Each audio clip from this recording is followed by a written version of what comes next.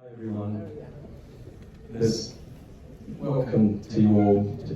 I'm Lars's uncle Deon, Tanya's younger brother. And myself and Anton, our baby brother, who's not a baby anymore, will be taking you through introducing speakers. But for now, there's still a queue of folk coming through, but we would ask you to sort of trickle through the same entrance, exit, and grab yourself some food, bring it back to the table.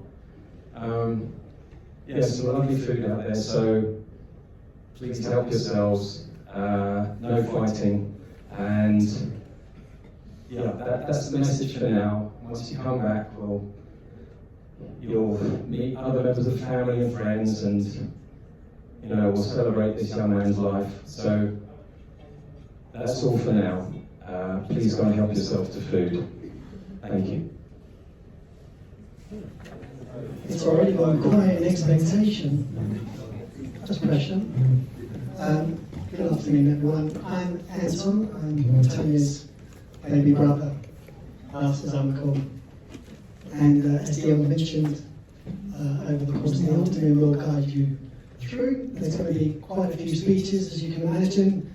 We're going to have a couple of breaks in between. We're going to try and keep them down to 15 minutes. I sound like that now. But if we want to keep things ticking over and give you all a chance to obviously chat, relax as well.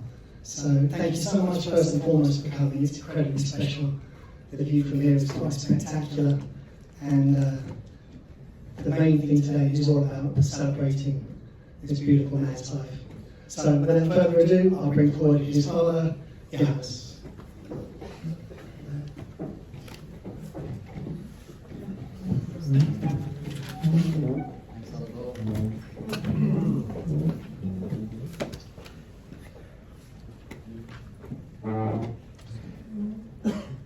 Dear family and friends,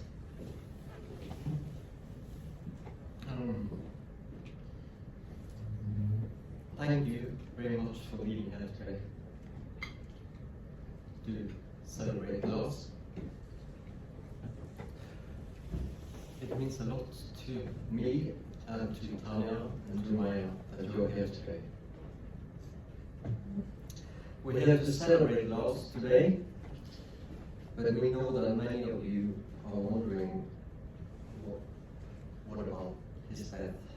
And the reason we have waited more than 7 months to gather and be here today is that we just felt that having a memorial before knowing what actually happened would be too difficult for us to arrange. And unfortunately, we still don't know what happened. We know too little. We know he was at the nightclub with friends, he danced, he partied, he had a fantastic night. When his friends went home, Lars stayed a little longer. While waiting for a taxi, he texted and chatted with all the friends who were not at the nightclub. And he checked some job emails, and he even Googled theatre tickets in London, where he was due to visit family a few weeks later before coming home to Norway to start the next chapter in his life.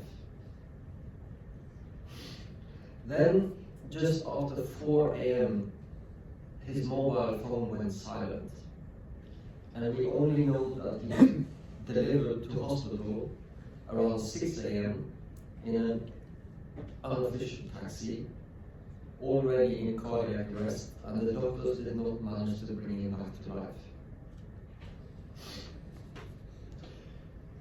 Since then, the Italian authorities' investigation of the case has been very slow, and information has been kept secret from us per Italian law. And we have received disturbing reports that the police have not done what they promised us when we were in Milan, but we won't have more details about this until the prosecutor in Milan issues an official report, which we hopefully we don't know when it's coming out, but we're hoping it will come out sometime this summer. And we've done all we can to find answers, and we have good lawyers working on the case. But as things stand today, we still don't know what happened to Lars between the hours of 4 a.m. and 6 a.m. But today, we're gathered here to celebrate Lars, what he meant to us,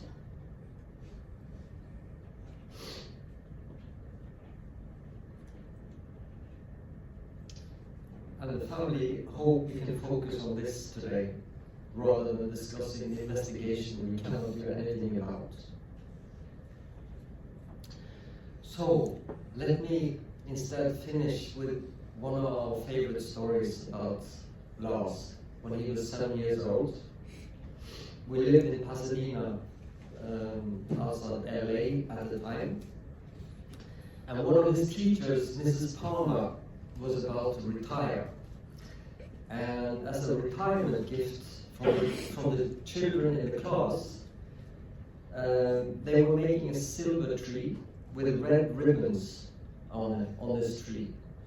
And each ribbon should have a statement from each kid about what he or she would give to Mrs. Palmer if they were given $100. So Tanya asked Lars this question: what would you give Mrs. Palmer if I gave you $100? And Lars thought long about this, what he was going to answer. And after a while he said, how about I keep 50 and buy a present for $50? And Tanya explained, no, this is not how it works. And he got really upset and accused her of taking his money. So anyway, in the end, when he understood what this assignment was about, he said he would buy Mrs. Palmer a puppy because her dog had died recently. So he did get it in the end. Today is actually Lars's birthday, 13th of June. He would have been 26 today. So I propose we raise a glass in his honor. Skål!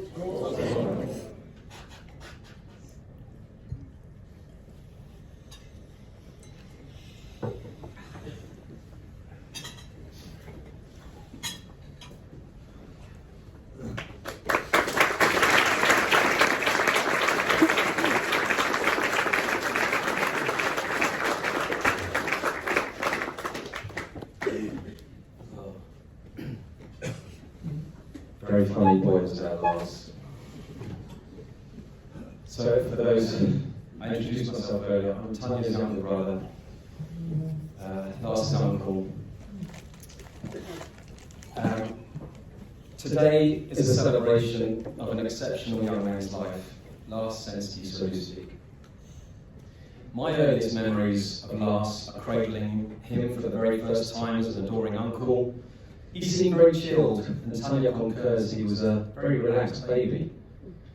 As he grew from toddler to preschool, myself and Meta, now my wife, but back then my girlfriend and Lars' unofficial auntie, would frequently spend time with Tanya and family in Oslo and London. And we fondly remember both Maya and Lars jumping on us in the mornings, a very special wake-up call. Such was the bond between us. On one occasion, after much cuddling, Lars even took Tanya aside and sensitively asked, "Do you mind if Meta can be my mum?" But as much as we adored Maya and Lars, and as broody as Meta was back then, the demands of our energetic niece and nephew meant the idea of us becoming parents was successfully delayed for at least another 10 years. So, thank you, Maya. As for Lars' parents, the amazing Tanya and Johannes, Lars could not have had better role models, or more loving and supportive parents. I remember Lars speaking at his confirmation about how Tanya was the perfect mother for him, giving him space to grow and express himself, but always there with love and guidance.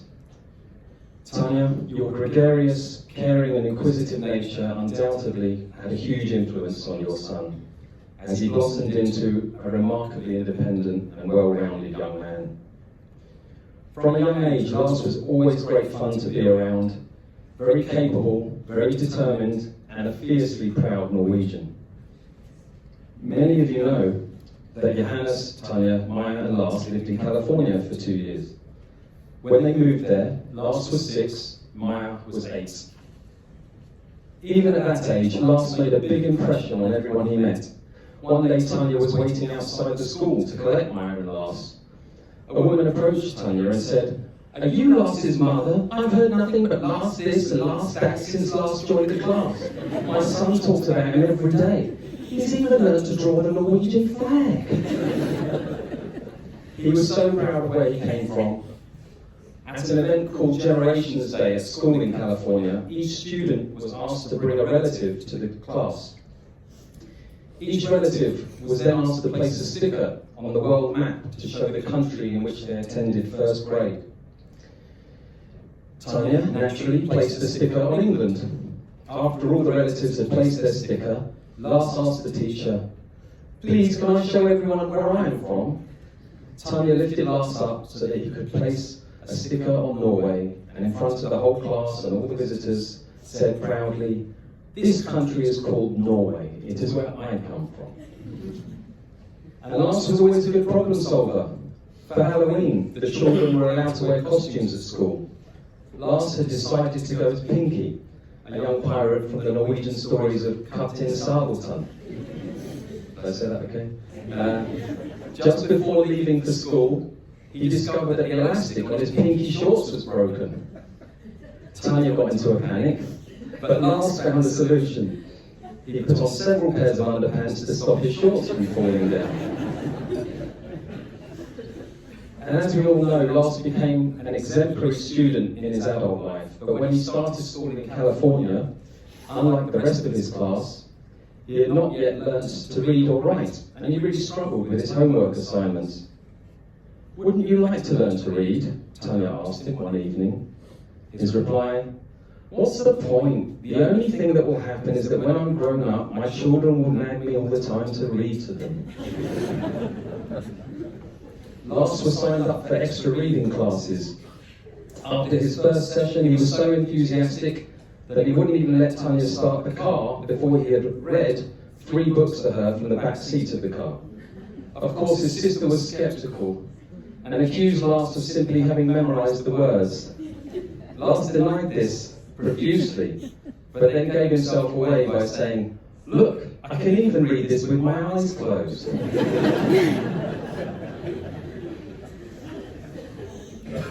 From an early age, Lars showed real independence and was never afraid to ask questions.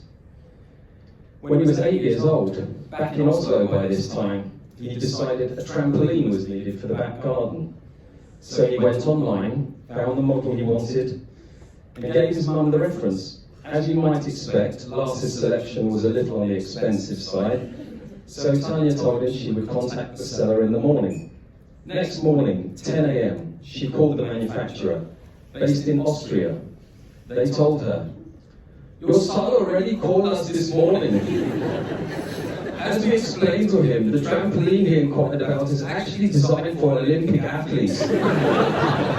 So not really suitable for an 8-year-old to have in the garden." Needless to say, Lars and his mum agreed on a different trampoline. Tanya, you can be so proud that your relationship with Lars was so strong and stable throughout his life. He knew how much his mum adored him, to the point that when they would lounge together on the sofa in recent years, Lars would often feel his mum gazing at him adoringly, even when they were supposed to be watching a movie. "Mom, you're doing it again," he would say. And Johannes, seriously, the best brother-in-law Anton and I could wish for, a role a role model to me as a father, and an inspiration to my kids as well as your own, and a devoted Liverpool fan. All boxes ticked. Johannes, you must know that you are the most outstanding father to an incredible young man. He always looked up to you and knew he could always rely on you. You instilled in him a calm intelligence, a playful yet competitive nature, and a natural flair for sports, whether on the ski slopes, the football pitch, or at the ping pong table. Lars was not only extremely kind, genuine, patient, and thoughtful, he had a real entrepreneurial drive and was so bright, talented, and ambitious. So many great qualities, so many of them inherited from you. And rest assured, Johannes, we know how hard you tried to convert Lars into a Liverpool fan. The fact he chose Man United is not your fault. Perhaps we can blame Ronaldo, or crucially, Lars's grandfather Lasse, who bought Lars that Man United duvet cover and pillowcase. As parents, you can both be exceptionally proud. Lars was so much a Sensky and so much a Sølhusvik. It's no wonder he chose to go by both names. And Maya, my darling niece, it was beautiful to witness how your relationship with Lars was blossoming into adulthood. Yes, you were very different as teenagers, but the love was always there, and it was clear to see how close you'd grown as adults. Your mum shared the story in California when you were having an issue with a friend at school who got horribly jealous if you played with anyone else. She overheard a conversation between you and Lars in the back seat of the car. Lars was trying to comfort you. Maya, if she talks to you like that, you should tell her you don't want to be her friend. To which you replied, I know, but if I don't do what she says, then I'm afraid I won't have any friends in America. Lars says, Maya, you'll always have one friend, me. And there was the occasion when you and two friends had choreographed a dance routine for a school talent show. Lars ran up to you after your performance, gave you a massive hug, and said, Maya, you are fantastic, I'm so proud of you. His ability to express his love and pride never faded. It's comforting that he had a chance to tell you in your last conversation that he was so proud of you and you of him. I'll never forget cuddling, chasing and sledging with you and Lars as little kids, and the special connection we've always had. Just know that me and my clan love you so much, and we're always here for you. As a family, you can all be immensely proud that your love helped shape Lars's life and give him the foundations to live the truly happy life he led. I feel very grateful, and I know Meta, Oscar and Emma feel the same, that we all shared such a special trip to Trysil in December 2022. 200 kilometers from Oslo, a remote log cabin, deep snow outside. It was a beautiful experience. Lars casually snowboarding in blizzard conditions, at the same time patiently helping his cousins learn to ski. We'll all cherish memories of the cozy atmosphere, the long drives and chats, the closeness of family, and fun on the slopes. Lars was in his element with family and friends. It is so unfair that the boy who wanted everyone to feel good and have a good time has left us in such sorrow and sadness. Today, we will rightly celebrate what a full and amazing life Lars had, but it will always be heartbreaking to think about the life he had yet to live. Somehow, through the pain, we need to find strength from the memories and time we spent with this special young man, and be thankful for the impact he had on all our lives. Perhaps because of Lars's calm demeanour, it helps me, and maybe will help others, to see Lars as an ever-present angel, always there, smiling down on us, approving of our accomplishments, encouraging our efforts, supporting us. Not just an angel of calmness and love, an angel that loved to party, who believed in working hard and playing hard, who loved singing karaoke, even quite badly. He embraced and thrived in his own life and gave strength to those around him. We love you, Lars. You will live in our hearts and minds forever. You will be loved and missed forever. Thank you for the wonderful memories you gave us. We'll do our best to carry on with our lives in the way you want us to keep smiling, laughing, dancing, skiing, even through our tears. To Lars, our precious, exceptional young man who loved life and loved us all. Thank you.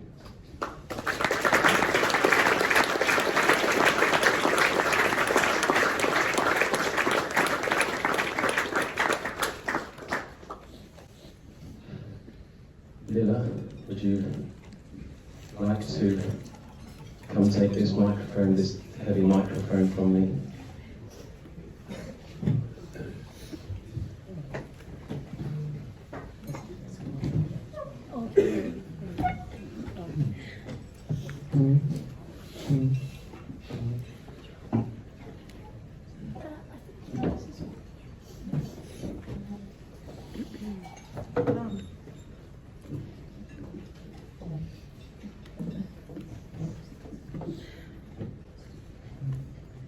There's a Norwegian expression saying to jump after Nicola, and I'm sure none of the other ones knows what I'm talking about, but that was a very good ski jumper, and you are a very good speaker. Anyway, a few weeks after his 18th birthday, Lars came over and parked just outside our house. He came with his Audi TT, a fancy sports car that even made our neighbors turn their heads. Imagine the big-eyed response from his two younger cousins. Imagine the admiration from 14-year-old Herman, who was invited on a trip to Sweden with his sports car. We, the aunt and uncle, were also impressed, of course. One thing is to have a driver's license. Another thing is to have your own car at that age, bought with your own money, before you even turned 18. That fine summer evening, Lars then took out his Tiger of Sweden suit, which had become too small for him. Light blue with a red tie and a matching little scarf with a chest pocket. There's a picture of him, so you can imagine. Picked by himself, of course, for his confirmation a few years back. It was cool, pricey, elegant, like the car, and very much like Lars himself. Now it was his cousin's turn to impress the girls in it. Lars told Herman that he had a plan for how he should show the new car to his friends. On that day, he told Herman he wanted to wear his working gear, his carpenter's pants, because they should know that the money for this didn't fall from the sky. He had grown a little bit, and he wasn't 7 any longer, he was 18 and very mature. He wanted to tell his friends that he had earned them by going to work very early in the mornings and working a lot harder than most boys at his age. This is how I remember Lars. Always cool, always kind, and always with a plan for everything he did. We all admired him for that, and the proudest of all was his granddad, our dad, Lasse. When Lars decided to do his education, where he could combine carpeting and a more academic preparation for higher education, my father became a big fan. What a sensible boy, I remember my dad told me again and again on the phone from Haugesund. Finally, there was a person in this family, apart from himself, who could actually use his hands for practical matters. He knew he could never trust his son or daughter with any of that. These last few months, I've kept thinking about all we should have done. Why didn't we celebrate more Christmases together? Why didn't we gather the families more often? Why did we need excuses like birthdays, weddings, or confirmations, when all we could do was just have a beer or a coffee together on a normal day?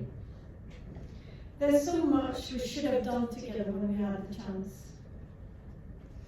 Fortunately, we have good memories to look back on. We share the affection for Fela, and we were so happy to see so many of Lars's friends coming over to spend their holiday there as well. When the kids were younger, we went to Sweden and Liseberg. All 4 kids, my mom, Johannes and I, in one room at the youth hospital. A few years later, we went to Jomfruland outside Kragerø with my mom and the kids again in camping cabins. Maya was always a brilliant big sister, having fun with the boys. Lars impressive again, this time with numerous tricks with the Diablo. We didn't waste much money on hotel rooms back then, and I have to say I was always exhausted afterwards. But Johannes assured me that the kids loved it, and I actually believe they did. Lars was always good in spelling things out. He could tell his parents, but also his grandparents, that he loved them. And those are very big words in the Norwegian dictionary. For most teenage boys, they don't exist, not in this country. Lars wasn't afraid to use big words. Family is important, he told his younger cousins.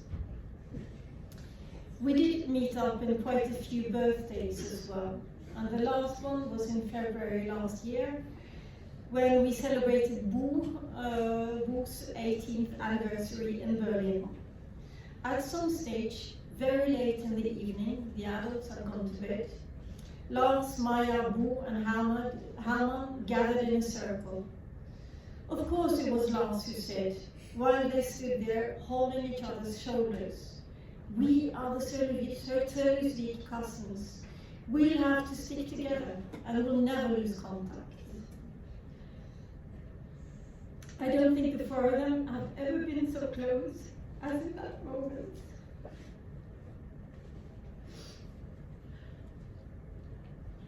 Last May, we gathered again in Haugesund, more precisely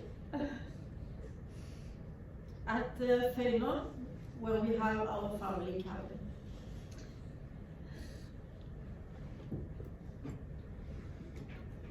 My father built it himself 30 years ago. Now Lars, the carpenter, was organizing us, telling us what needed to be done. He made plans, and we made plans together. In the end, I would like to give much credit to Tanya, Johannes, and Maya. Lars always knew he was very much loved. He couldn't have had better parents and a more supportive sister than you, Maya.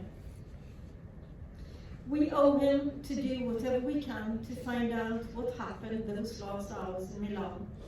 But even more than that, we owe him to stick together, stay in contact, and seek pleasure in life wherever we can find it.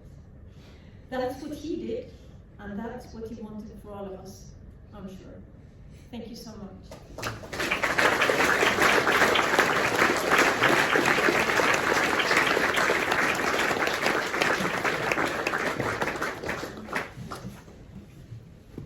Thanks so much, Lilla. One more speech and then we'll have a little breather, and we'll ask now to bring a very close friend of Lars and admires, Margrethe.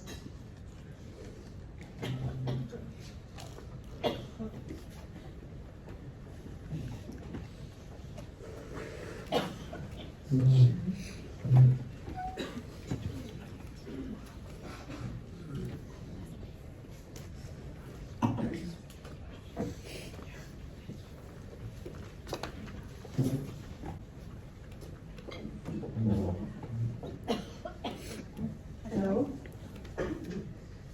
my name is Margrethe, and I am proud to call myself one of my best friends. And I've had the honor of following the lives of these lovely siblings for about 15 years now. And from the early beginning of our friendship, Maya and I had a Wednesday tradition of going on walks with Macy, the dog. And we went through the last week's ups and downs and in-betweens. And of course, we always had to have a little catch up on what was new with our little brothers, Lars and Martin. And I wanted to take this opportunity to share some memories of Lars and Maya, stories that have been told to me from the perspective of a very proud big sister. When Lars was in his 7th grade graduation, I remember Maya being proud as ever. The class had performed Man in the Mirror by Michael Jackson, and I could tell that Maya was moved by this. And also, of course, we could have a giggle over the fact that Lars was probably one of the only ones who understood what they were singing. Over the years, the siblings grew a beautiful friendship, and I remember talking with Maya about how lovely it was that they were now finally at the same stage in life and truly enjoyed each other's company as friends. And Maya could finally invite Lars and his friends to her birthday party in Esnault. And many of you here today probably have more or less clear memories of that. And just like Lars, I studied in Trondheim, and we would occasionally bump into each other. He would always stop and take a moment to catch up. One time we met on the dance floor of one of the bars, Heidi's. And Lars pulled me aside and asked if we could send a Snapchat to Maya. And as per his request, it read, "To people who love you very much." A very special walk Maya and I had was when she told me about when Lars met James.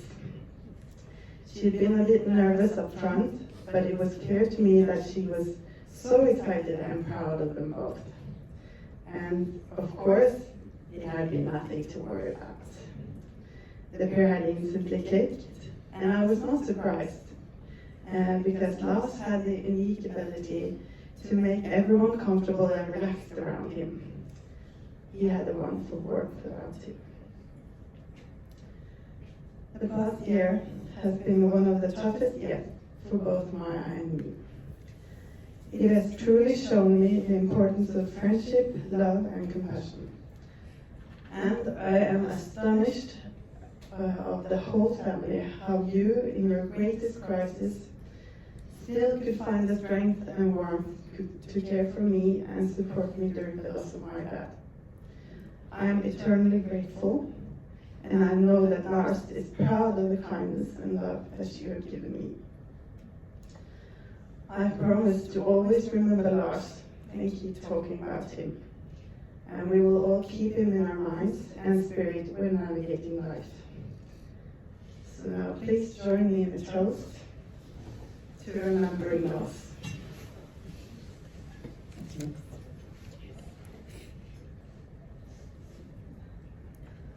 Thank you.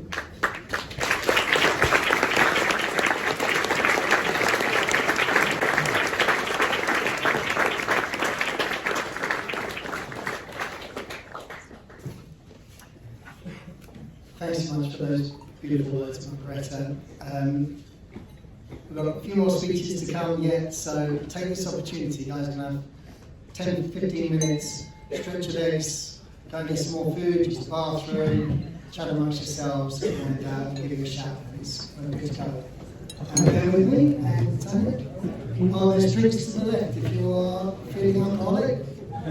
Non-alcoholic, but drinks to the left if you like going to. Okay. One of the housekeeping. I'm sorry for anyone that missed out on coffee there. There will be a new batch of coffee for the next break, so thank you for your patience with that. And also, the beautiful ladies from Trondheim have put together a rather spectacular book just around the corner next to an incredible photo of Lars. And there's lovely photos to look at, but on the back pages they've also left them blank, so if you'd be kind enough to sign and write a note either in the breaks or before you leave, that would be greatly appreciated. It's a really, really special book if you get a chance to look at it. Onwards and upwards, we are moving on to a very revered family friend who I've known since I was a very small man as well. Close family friend, Sigurd, if you could come up and share some thoughts with us. Sure.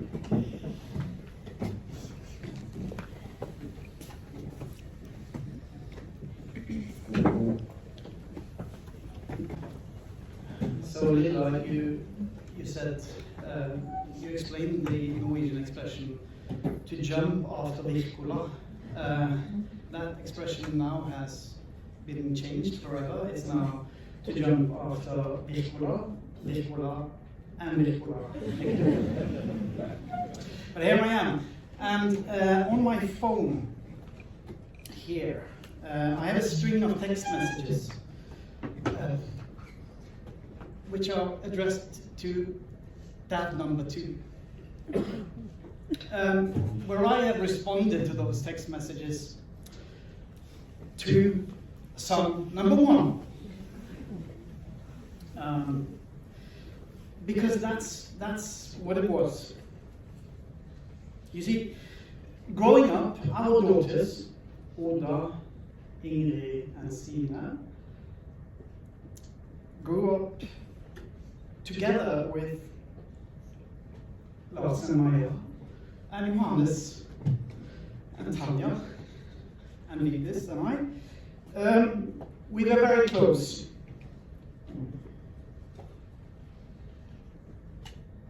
So much so that Lars was a brother to our daughters and a son to us. And we expressed it that way. Now, we have no words. For there are no words. For almost 8 months, we've struggled to find the words, any word, that can go just some way to describe, to express the loss, the longing, the despair, and the care. The care we have for you, Maja, Tanja, and Johannes, and all of you, wider family and friends. And the struggle goes on. We simply can't find the words. Even so, we have plenty of words, heaps of them. Just listen to Wirkola, Wirkola, and Wirkola. When they describe Lars, words of loving, longing, admiration for the achievements for himself, this remarkable young man he was.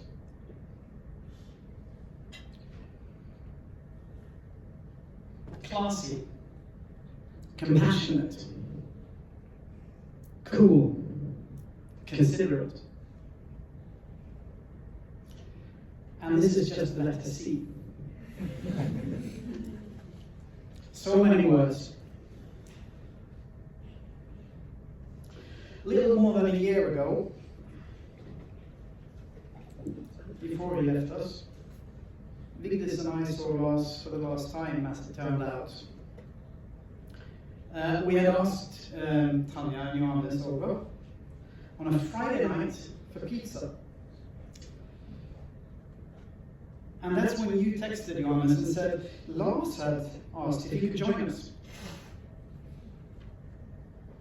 The 24-year-old on a Friday night,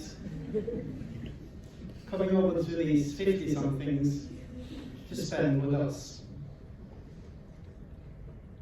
How's that for a compliment? And of course we had an excellent evening.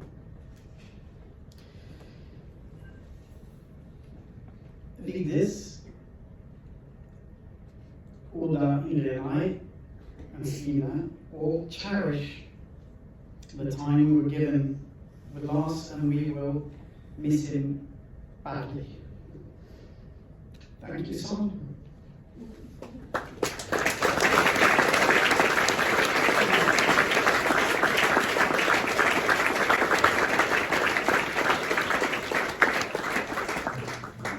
Thanks so much, Sigurd. And also thank you for helping find this venue for us as well.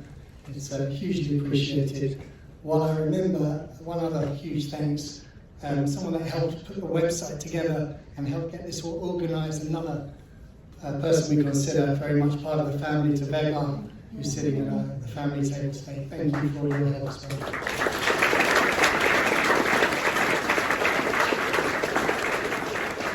From one end of the spectrum, someone that's known Lars since he was only a pup, to someone who was a huge part of his later life and the more recent history, from his time in Milan, his housemate. If I can invite Annie up to say a few words, please.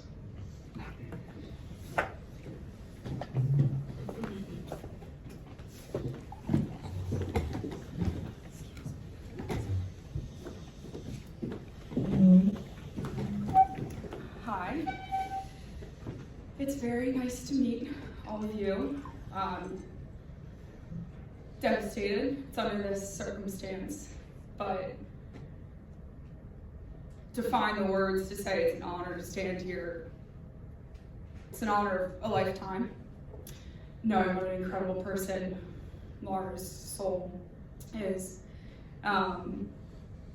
So thank you, and happy birthday to Lars. Last year for his birthday, we put up 4 letters of Lars on the wall, of course in red, white, and blue for Norway. And it actually looked quite nice. So they stayed up for a few weeks, and then it was a few more weeks. And then by late July, truthfully, I was like, maybe I should take the decorations down. It's not, June anymore. So it wasn't until August, Lars looked at me and said, "Where did the balloons go?" I said, "Your birthday's in June, but And I think that's a good testament of the role Lars had also played in all of our lives, and especially the life of Milan. In an instant, he just was everything. And I had the true pleasure of spending so much time with him in the last year, which is a mystery to me. But as I just was sharing with a friend I think I had best onboarding session of person. And Lars and I's friendship was so quickly like, okay, I will tell you everything that matters to me and in this order. And to Lars, it was his family, his country, his friends, his dancing, his love for life, his work, capiche, supply chain and logistics, which we all live. And the list goes on, and I think all of us could say 1,000 things in which Lars was. On a trip to Oslo last summer, I had the incredible chance to tour the city with him. And he started from the very beginning. And we went to his first family home. We stopped and he told me the stories, and he told me the neighbors he played with and the games and the music he listened to. And then we went to his first school, and he pointed out that's where Hanukkah was, that's where we met. Okay, got it. So he's like painting the picture. And that's what he did in the last year. So if I could summarize to tell you of the importance of you in this room, I could confidently say I've probably heard all of your names at least not 100 times. Which is so cool, because in what world does a 25-year-old boy, as you've shared, profess his love with such sincere, like just the most sincere and honest and adamant person I think we all knew. I've never known someone who knew his words so proudly and pure. So we continued on our tour. We went to every school. We went to the field he played in as a kid. We went to the football field. He played football with many of you. I would say soccer, of course, because I'm American, which he would hate. I also could not pronounce any Norwegian name properly. I still can't, and it kills me. Amongst the many, many Norwegian television shows I love watching, especially with Lars. And we continued through every stage of his life. We did not get to trauma and the shame, but there wasn't a thing to Lars that he did not know and recognize and acknowledge in which he loved. And to me, you in this room made him that. And I think that's the coolest thing in the world. I can't think of a more beautiful day than to be here and celebrate him. And he'd be so pissed to miss a really good party, but he'd be really pissed to not be with all of you. And I saw a quote recently that said, "Your vision, your love, and your generosity will live forever." And I realized in a swift moment, I couldn't think of something else that was more Lars than that.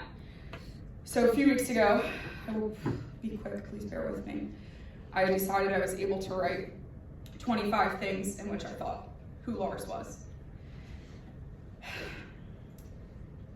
His unwavering love and admiration for support for his family.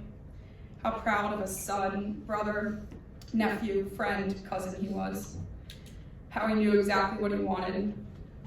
That he was pure, he was kind, he was inclusive, he was honest, he was loyal, he was supportive. He gave the best hugs.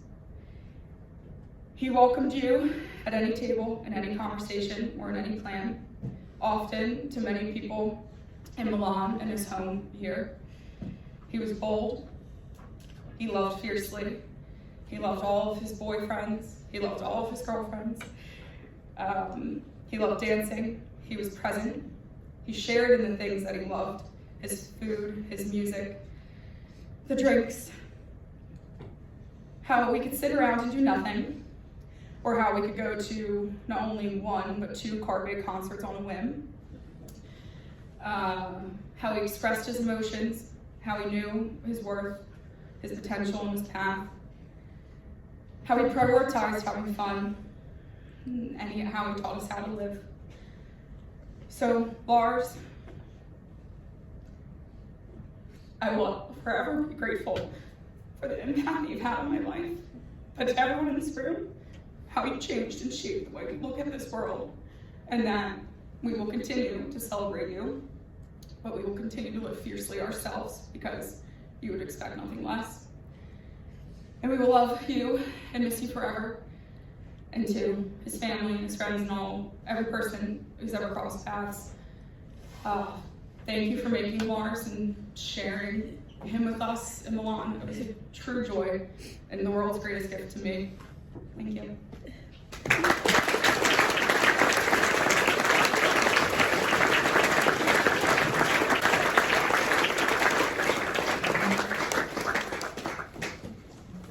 Thanks so much, Annie. Wasn't already obvious, Annie's from her accent and actually flew in from America, especially before this. So bless you and your father who come here to support us on this day. So many beautiful friends. Another one's going to come up now, but from a different facet of his life, from his baby, his business that was already sowing the seeds of greatness. If I can kindly ask Ferdinand to come and share a few words for us.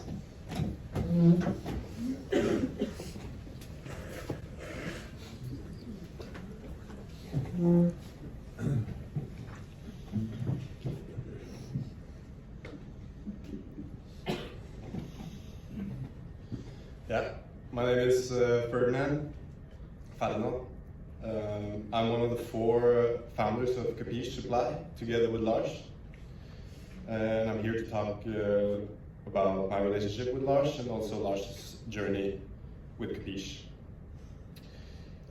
I never imagined I would be writing this speech. To this day, it still feels surreal that you're not here anymore. You were such a pure soul, taken from us way too soon. I truly hope that you're in a better place right now, and that it's the hardest for us that are still here missing you. I met Lars in high school through our mutual friend Erlend. Lars quickly became a close friend, frequently coming out to Oppegård for weekend trips. His openness and friendliness made him fit seamlessly into our group of friends. And I remember always feeling safe around Lars because he had such an incredible ability to make everyone feel welcome. The memories we shared during those early days, from house parties to surfing in Portugal, are ones I will cherish forever. From the day I met him, Lars was always pursuing something great.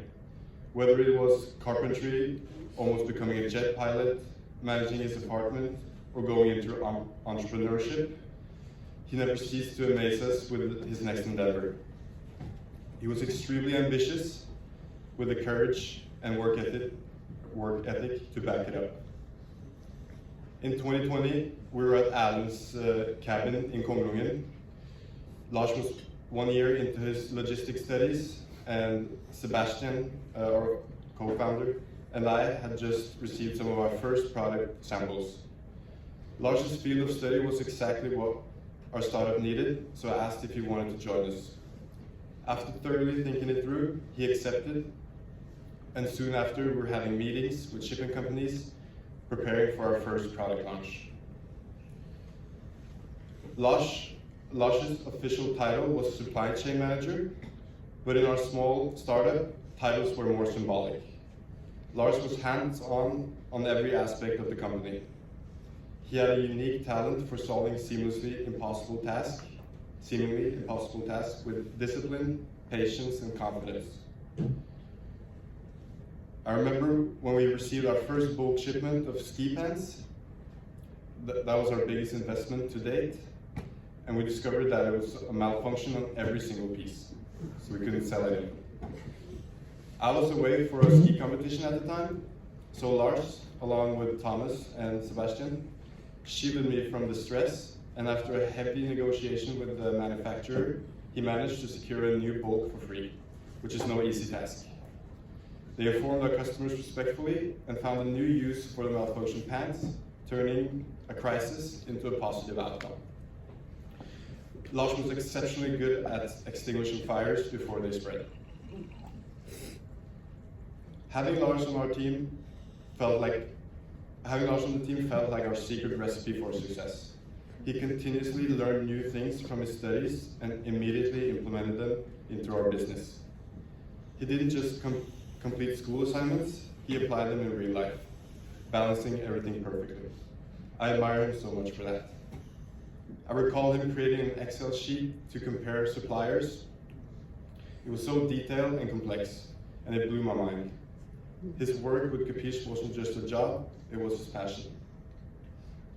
Lars was straightforward in negotiations, an essential quality in his role. He wasn't a yes man. He spoke his mind and questioned decisions, even if it went against the majority. His instinct often led us to better solutions, making me trust his judgment even more. Lars was also great socially. He was easygoing, calm, funny, regardless of the setting or how well he knew the people. He had a knack for bringing people together. An example of this is the events we hosted in Copenhagen, where he always managed to bring a big group of friends from Trondheim, even though the events were very ski-focused. I admire how he wanted to mix it and blend his different friend groups, bringing more people together. He also brought out his whole family out. Our relationship became more virtual over the past couple of years due to living in different locations. What I will cherish the most from working with Lars is our conversations after our meetings. Lars always took the time to chat as friends, checking in on each other and being genuinely open.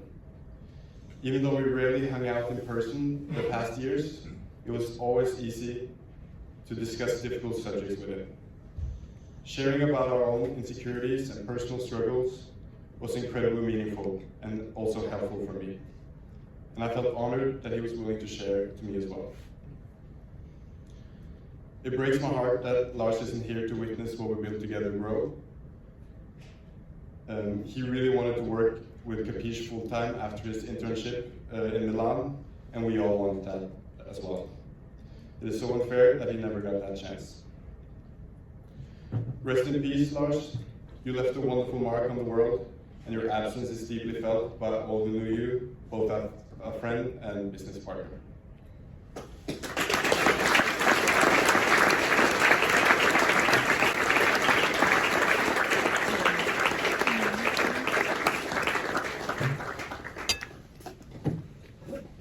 Thanks so much, Ferdinand.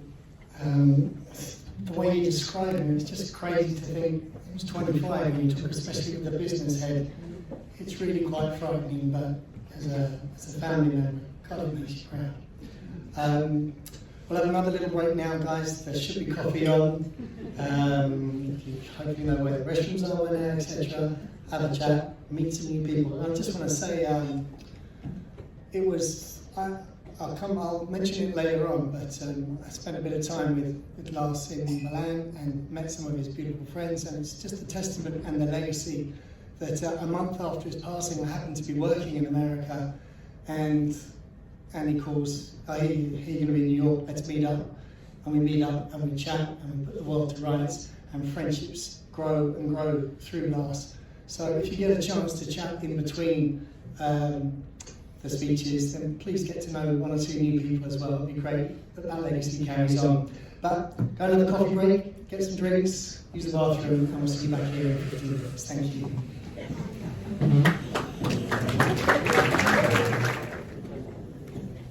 Right, we are continuing with some other close friends of Lars. Could Benjamin please come to the stage and talk about his time in Milan? I will accompany you on a little slideshow, okay?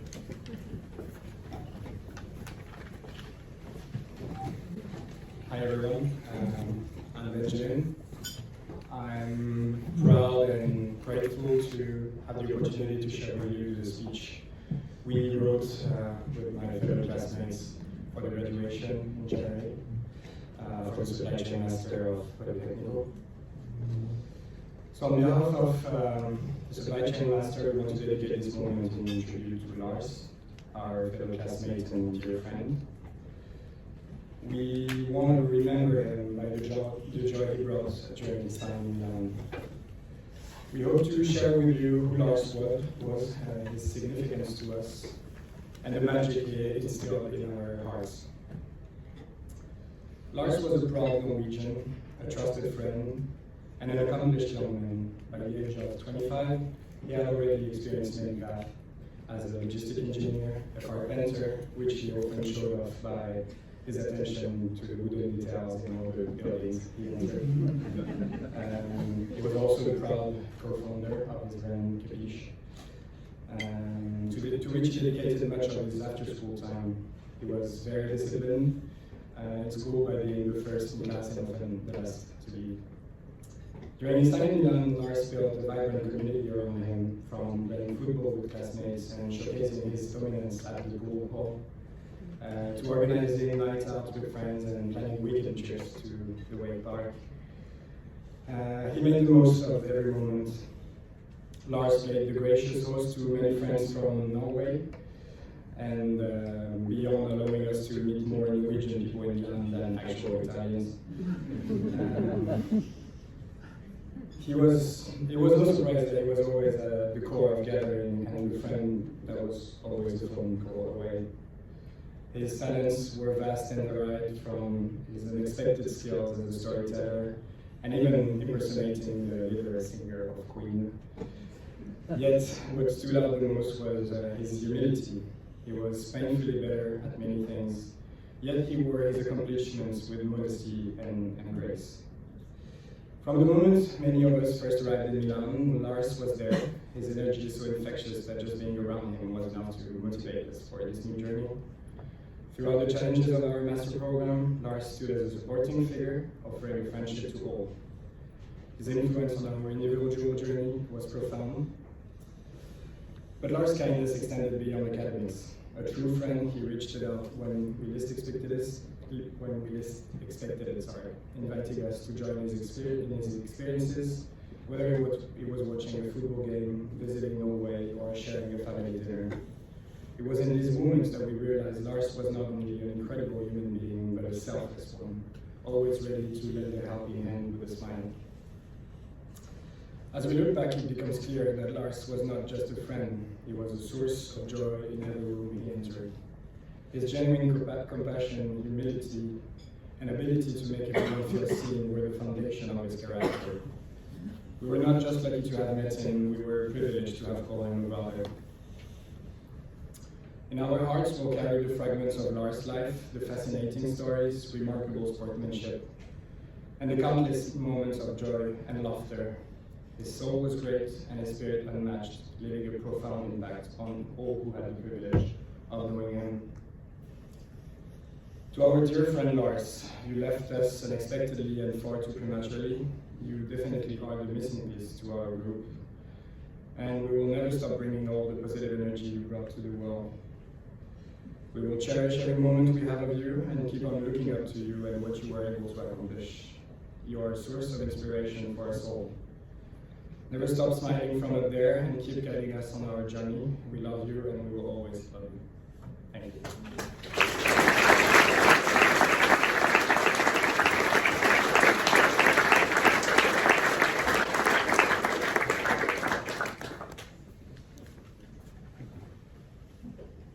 Thank you. That was lovely. Sorry, my slideshow didn't quite work there.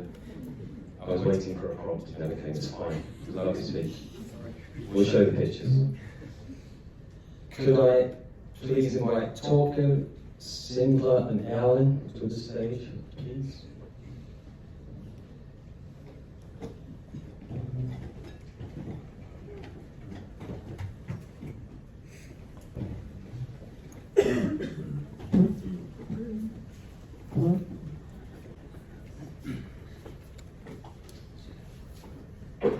Hi everyone, I'm Erlend, one of Lars' childhood friends. We are gathered here today to remember and celebrate the life of Lars. He touched the lives of so many and left an incredible mark in our hearts. I had the privilege of growing up with Lars, knowing him throughout his life. He was my very first friend, my best friend. We ended up moving to different cities, but we stayed in touch, visited on weekends, holidays, and I still have some of the letters and drawings that he sent to me from California almost 20 years ago. I was fortunate enough to spend my student years in Trondheim together with Lars. When he first arrived there, he didn't have a place to stay. He had just decided not to pursue a career as a fighter jet pilot in the Air Force. So he slept on our couch in the apartment I rented with friends for the first month. And as the social creature he was, he loved spending time with us in the evening. But we still caught him sneaking into one of our rooms to prepare himself for lectures the next day. He wanted to impress his professors and fellow classmates, and I thought that set the tone for the rest of his years in university. He was a hard worker, very ambitious. He had big dreams and wasn't afraid of telling us about them.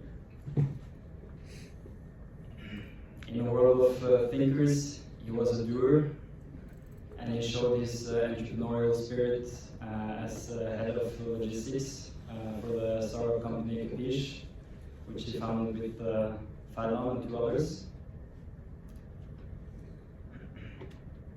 Lars was a profoundly social person. He had this innate ability to connect with other people. He was the kind of guy that you could bring to a party where he didn't know anybody, and by the end of that party, he would be better friends with some of your friends than you were. That happened to me many times.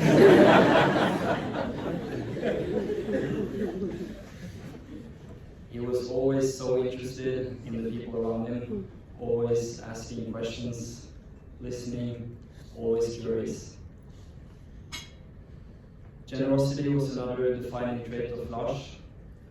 I remember I found myself in a similar situation as he had been a few years earlier, not having a place to stay, and he immediately offered me to stay at his place. And I was expecting maybe to sleep on his couch, as he had done years before, but he had already put up an extra bed inside his own bedroom. So to give up that personal space, and this was for an indefinite period of time, but for him that was the most natural thing in the world to offer that. And I'm sure that generosity touched the lives of so many people here today as well.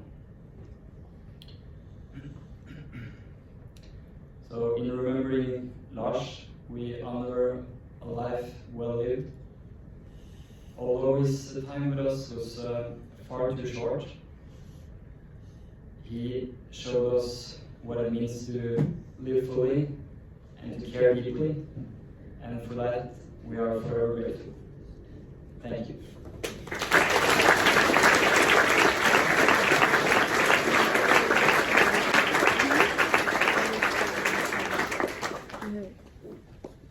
Dear everyone, my name is Birger, and I would like to share a few words about my perception of Lars as a person, but more importantly as a dear friend.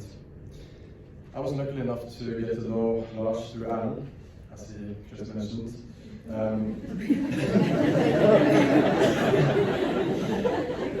I came to know Lars in the late autumn of 2018. At that time, he was still pursuing his dream of becoming a jet pilot, and he had to attend a lecture or seminar at Erlend in Trondheim. Lars then asked Erlend if he could crash in our then four-person shared apartment, and of course he was welcome. When Lars arrived, we were in the middle of an intense ping-pong tournament in our living room, and without hesitation, Lars joined in on the fun and turned out to be a pretty decent player. He was beating me in most of the games, which was frustrating, and I'm sure he has done that also to Johannes. This was my first ever interaction with Lars, and though it was brief, few in words, and filled mostly with the usual competitive banter, it left a lasting impression on me. There was something about Lars' charisma that differed from most people, and which gave me an immediate sense of a very genuine person. This image remained with me throughout our entire friendship, and I will never forget his genuine smile and laughter. And I think my understanding is also that other people had the same experience with Lars, and I think the genuineness that Lars showed is a truly great legacy to leave behind. In the years that followed, I came to know a man who was sincerely caring about others. Lars would often ask how I was really doing, and he was not afraid to be honest, even when he disagreed. He frequently invited my girlfriend and me for coffee to catch up if he felt it had been too long since our last meeting, even insisting on paying. Lars was also a gentleman. Lars also had a unique ability to bring people together.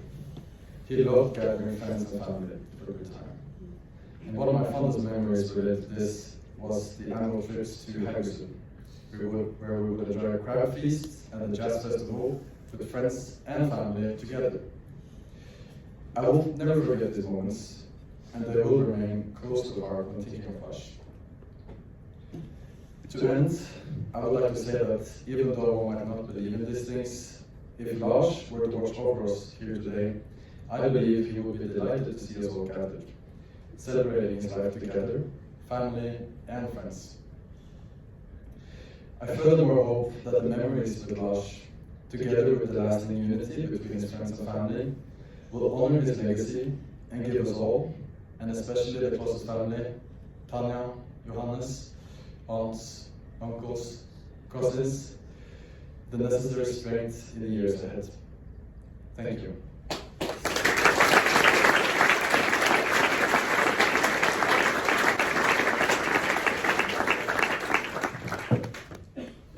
I'm Torkel, and I'm proud to call him one of my best friends. And I met him on Interrail in 2017, also through Erlend. Not the way I wanted, because 2 weeks before we left, Erlend said, Oh, by the way, there's another guy coming. You remember? Yeah. It didn't take long before we talked like we've known each other forever.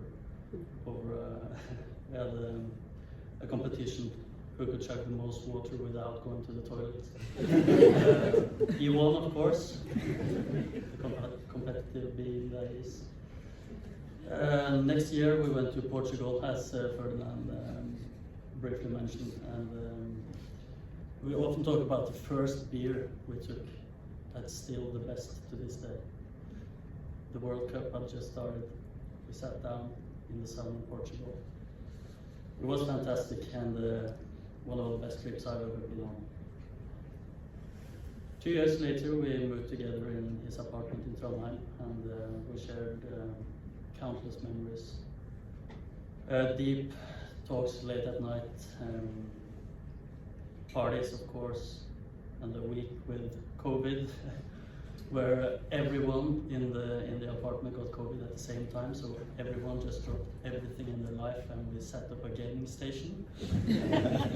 5 people in the same couch, the biggest in the city, perfectly planned by Lars, of course, the other friends and family. And that's the best weekend we've ever had. Got friends to deliver groceries through the window and to keep us alive. And we played some board games as well, often days where we had our differences, to say the least. I outmaneuvered him one time, launching a 20-minute attack where we fought all the way through, both verbally and physically. And we didn't speak for 24 hours. And I talked about that couch. Countless hungover Sundays with all kinds of people just laying there watching football, fighting, talking, laughing. And that's one of the best memories that I have, those Sundays. Another thing about that apartment, when our girlfriends used to come over, he was one to greet them, not us. Did the small talk, took their jackets, and that made it easy or difficult for us, depends on how you see it. But all jokes aside, Lars is the most genuine person I've ever come across. He was himself unapologetically all the way through, both in work, school, social relationships, capiche. How he managed to juggle all that was deeply impressive. And those Haugesund trips as well, that's what sticks out the most. So, and I have to say a big thank you to the family who let us come, and the friendships that have been forged through those trips. Tanja, Johannes, Maja, you've been a bigger help than you think for me through all this. And when you open the house and let us in and just have a laugh, talk, I cherish that. So thank you. And happy birthday, Lars.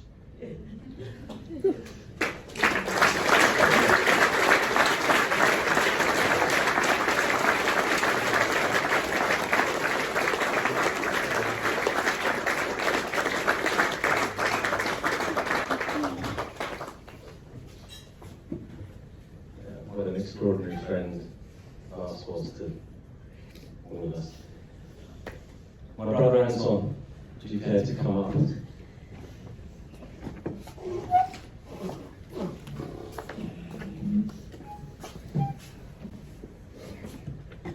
I would describe myself as Lars's uncle, but I feel more like a friend I met through Alan.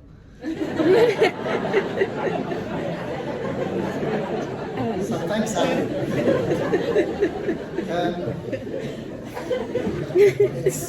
It's impossible not to duplicate a lot of what's been said. So I'm going to round off this afternoon by just saying a few of the personal memories I have with him. First of all, let's get rid of one of the elephants in the room. And For those of you that haven't met me before, this doesn't apply, so apologies for those that do know me and have known me over the years.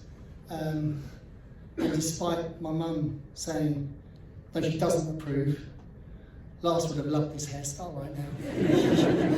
In fact, when we were in Milan, he told me how he picked out the hairdresser for his time there. And he went through various places and eventually found a barber with the same hairstyle as him. Thought, that's a man with exquisite taste. Sort of reiterating what the guys have said, but if it's not already clear, yes, he was everyone's friend, but it's that beautiful quality that it really doesn't matter what walk of life you come from. It's very difficult. I don't think it would make a difference if you were part of the royal family or a homeless person. Lars would still give you the same time, attention. It's a remarkable quality that not many people have. And I will always cherish that. When we had his memorial in Milan, it was organised in 24 hours, and we were told to expect there'd be maybe 10, 20, max 30 people into this venue they'd organised. When we turned up, it was more than 60 standing room only, friends from studies, friends from work, friends from football, friends from social. Everyone wanted a piece of him, and everyone considered them his best friend. Not all had met him through Alan, but they all considered him a great friend. Right at the beginning, my first memory of Lars was slightly inauspicious. In our home, when I was just innocently walking through the hallway and I heard from the bathroom, "Uncle Anton, I'm finished!" First bottom I ever wiped. A couple of years later when we went sledging, now you all know him as the ski stunt supremo, fearless. My first experience of Lars was we went sledging, and the girlfriend at the time was taking Maya down in a leisurely fashion. Not boy racers here, we're going to show them how it's done. Pop Lars on the front of the sledge, bomb down this hill as fast as we can. Got to the bottom, I thought that I could hear all the squeals as we're going down. And this is the greatest. And when we got to the bottom and landed, I turned him around and there was snow-covered face. "Uncle Anton, that was not fun." Fast forward a few years and his confirmation, and if it wasn't, the girls from Trondheim have absolutely taken the words out of my mouth when you see the photo, if you haven't already, around the corner. This young teenager that at one time wasn't too talkative, sort of overnight transformed into James Bond, but a cheery James Bond with that. Just so much charisma, so much charm, and as has been echoed many times, just that vibrancy, that wanting to be part of the family and wanting everyone to be part of the family. So that if it was friends, if it was family friends, it was all part of the family. It was an incredible, incredible time. We became training partners then as well, whenever we got a chance. That's something I've kept up with Johannes now. And here's a little test for anyone that's feeling ambitious. When he was doing his pilot military training, I may get this story slightly wrong, but as far as I understood it, he had one assignment where they had to be in a sort of enclosed chamber, and they've been doing exercises all day, then all fully clothed with backpacks on, and at the end of it, they were asked to do press-ups. And Lars managed more press-ups than everyone. He managed 53 press-ups after that endurance test. So the way I start every day now is every morning I'll get up and I'll do 54 press-ups. Not to outdo Lars, but because something Johannes and I have practiced when we go to the gym. Whenever you're feeling done, you're knackered, you're exhausted, and you finish your set, you do one more for Lars, one last one for Lars. So I'll keep up that tradition. Again, I encourage anyone that wants to do the same to please do so. And then right at the end, Italy was an incredible time. 4 weeks before this tragedy, I was in Italy, having a challenging personal time. Tony, Johannes, Lars invited me out to join them. And Tony gave me the option of either going with them and so where they were going to be, and Lars would come and join us in 24 hours. She said, oh, we go to Milan and see Lars. And I realised I'd never actually spent 24 hours concentrated with Lars before, so that's what I did. My God. We met Annie, we met the Italian friends, but we bonded so beautifully. We put the world to rights properly. And when we went out for dinner that night, we eventually landed on the restaurant, and it was really extraordinary because he had things he wanted to talk about as well. And we went from a transition of uncle to nephew, friend to friend, brother to brother, all of that, all in one night. It was just lovely. I know certain secrets about some of you that will stay.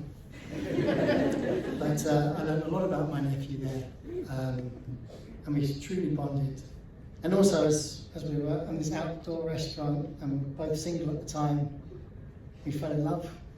And then we fell in love again. And we fell in love again. It was definitely eye-opening. I was thinking, are we going to end up each other's wingmen at some point? But there we are. And then that whole weekend, just beautiful time to explore together, relaxing together, sharing stories together, laughing together. And in all the adversity when you don't always get the chance to say goodbye, or you end on a bad note with someone and then it's too late,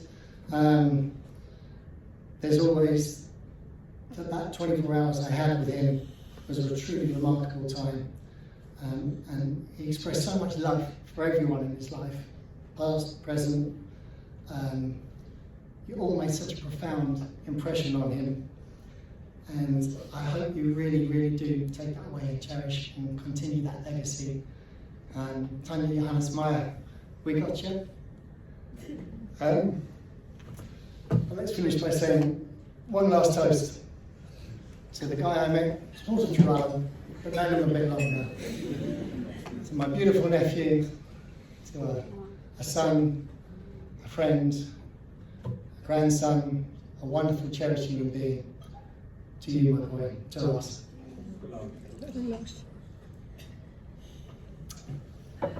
No more speeches, we're all good. We have.